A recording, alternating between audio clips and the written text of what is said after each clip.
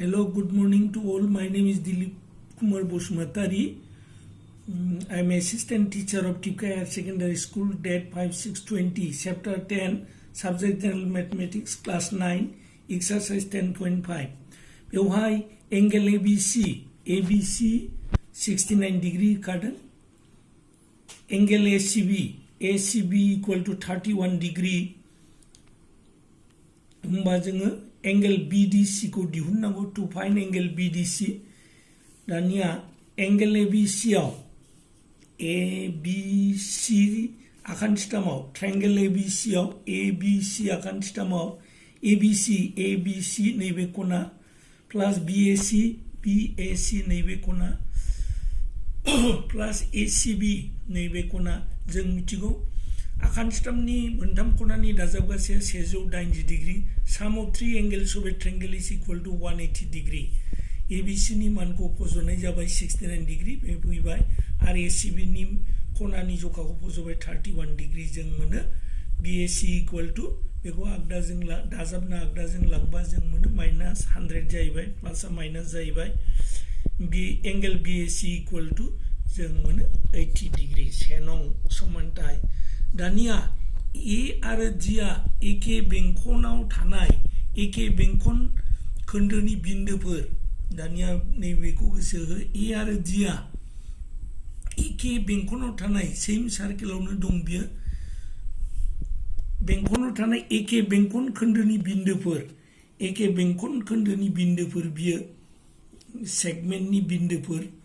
बेंखन खोन्दोनि बिन्दोफोर आरोबाव बेंखनाव थानाय बेंखन खोन्दोनि खनाफ्रा गोरोबलायो. बे बाथ्राखौ गोसो हो बेंखनाव थानाय बेंखन खोन्दोनि खनाफ्रा गावजों गाव गोरोबलायो. Therefore BAC angle is equal to angle BDC angle आरो BAC angle बे एखे बेंखनाव थानाय एखे बेंखोन्दोनि बिन्दोआवनो थानाय बियो एखे बेंखन खोन्दोनि बिन्दोफोर आरोबाव नैबेखौ गोसो हो बेंखनाव थानाय बेंखन खोन्दोनि खनाफ्रा गोरोबलायो. Therefore एंगल BDC समान एंगल BAC. दाना BDC equal to 80 degree. Therefore BDC is equal to 80 degree मोनगोन जेहेतु BAC equal to 80 डिग्री सेनं समानथायनिफ्राय. Therefore दिहुननांगौ BDC खनानि जखाया 80 डिग्री. दानिया 5 नं सोंलुखौ खालामनि फै बेवहाय BEC नैबे खनाखौ बुंनाय जादों 130 डिग्री. ECD खनानि माना दङ जोंना 20 डिग्री नैबे 20 डिग्रीखौ होनदों. होमबा to find BAC angle BAC खनानि मानखौ दिहुननांगौ BEC plus BEC नैबे खना आरो CED नैबे खना बे खना आरो नैबे खना दाजाबोब्ला जों मोनसे गोथों खना बा स्ट्रेट एंगल मोनो जायनि माना 180 डिग्री गोथों खना.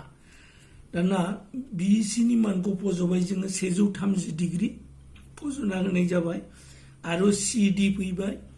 गावबा राशिनि मानखौ फज'बाय CED को लिरफिननाय जाबाय. दाना आगदाजों लांबा माइनास जों मोनो angle CED equal to 50 degree सेनं समानथाय. दानिया ट्रायंगल CDE नैबे आखान थिथामखौ बुंदों CDE आखान थिथामाव ECD नैबे खना ECD CDE नैबे खना प्लस CED नैबे खना दाजाबोबा बे 180 डिग्री जायो आखान थिथामनि मोनथाम खनानि दाजाबगासै जेहेतु. दाना ECD नि माना दंखायो जोंहा 20 डिग्री फज'नाय जाबाय आरो CDE नि मान गैया फज'नाय जाबाय आरो CED नि माना 50 डिग्री CED 50 डिग्री फज'बाय. दानिया जों दाजाबनानै आगदाजों लांबा माइनास जायो -70 डिग्री दानख'नानै जों मोनो 110 degree. Therefore BDC equal to 110 degree मानोना CDE जों CDE समान समान जोंना CDE आरो BDC एके खनाखौ बुंनाय जादों गोसो हो बाथ्राखौ CDE माने नैबे खना आरो फारसेथिङै BDC मानेबो बे खना therefore angle BDC equal to 110 degree बे खनाखौनो बुंनाय जादों मोननैयावबो एंगल BDC बाबो एंगल CDE बाबो दानिया दुइ नं समानथाय दोननाय जादों एंगल BAC आरो एंगल BDC आ मोनसे बेंखनाव थानाय एके बेंखन खोन्दोनि खनाफोर दाना BAC आरो BDC आ मोनसे सेम बेंखनावनो थानाय एके बेंखन खोन्दोनि खनाफोर बेंखन खोन्दो बा एरिया अफ सेगमेन्टखौसो मोनबोखादों आगोलावनो बेंखन खोन्दोनि एरियाफोर BAC एंगल BAC आरो एंगल BDC आ मोनसे बेंखनाव थानाय एके बेंखन खोन्दोनि खनाफोर therefore एंगल BAC समान समान BDC जायो therefore angle BAC equal to 110 degree जेहेतु जोंना BDC equal to 110 degree बेनिखायनो BAC एंगेलाबो 110 degree बेवहाय DBC नैबे खनाखौ बुंदों DBC 70 degree BAC नैबे BAC 30 degree होमबा ECD खनाया बेसेबां ECD खना EC आरो D नैबे खनाखौ दिहुननांगौ ECD खालामनि फै एंगल BDC आरो BAC आ एंगल BDC आरो BAC आ मोनसे बेंखन खोन्दोनि सायाव थानाय खनाफोर बेलाय नैबे मोनसे बेंखन खोन्दो जोंना बियो एरिया अफ सेगमेन्ट बिनि सायाव बे मोननै खनाया दङ बे मोननै खनाया therefore जोंना एंगल BDC आबो 30 degree जागोन जेहेतु BAC आ 30 degree बेलाय BAC आ 30 degree therefore BDC आबो नैबेबो 30 degree जागोन जेहेतु बे जोंना एके बेंखन खोन्दोनि सायाव थानाय खनाफोर मोननैबो नैबेबो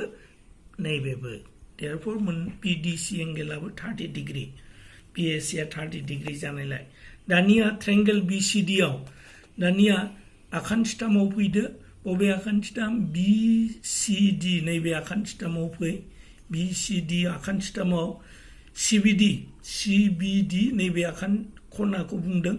आरो मोनसेया BCD नैबे खना आरो प्लास BDC नैबे खनाखौ बुंदों मोनथाम आखान सिथामनि मोनथाम खनानि दाजाबगासेया 180 डिग्री फज'बाय दाना CBD खनानि जखाया मोनथिखागौ जोङो 70 डिग्री फज'नाय जाबाय आरो BCD बे खनानि माना गैया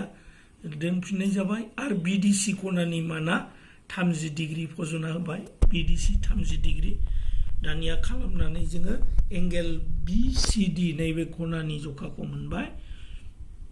80 डिग्री से नं समानथाय आरोबाव ABC दानिया ABC आखान सिथामाव फैदो AB आखान्थि समान BC आखान्थि AB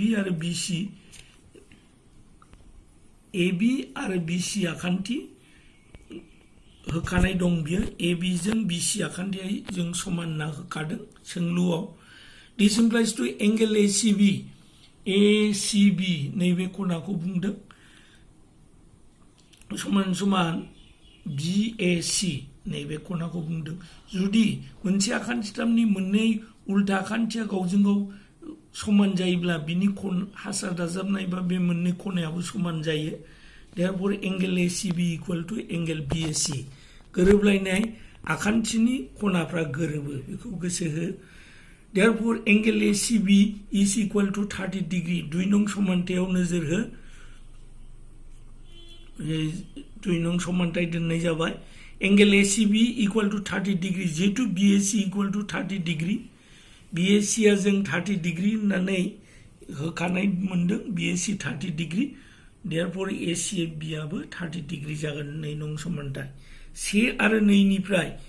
ईसीडी दानिया ईसीडी कोनानि जखाखौ दिहुननांगौ ईसीडी नैबे कोनाखौ होनदों ईसीडी कोनाखौ जोङो बीसीडी कोना नैबे एन्टायर कोनाखौ बीसीडी होनदों बे बीसीडी कोनानिफ्राय जोङो एसीबी नैबे कोनाखौ दानख'योब्ला नैबे कोनाया थागोन बा ईसीडी कोनाया थागोन गतिके बीसीडी एंगल बीसीडी नि माना 90 डिग्री आरो एसीबी कोनानि माना 30 डिग्री दानख'नानै जों मोनो ECD equal to 50 degree therefore दिहुननांगौ ईसीडी कोनानि जखाया नै बियो ईसीडी कोनानि जखाया नै बियो 50 डिग्री जागोन आन्सार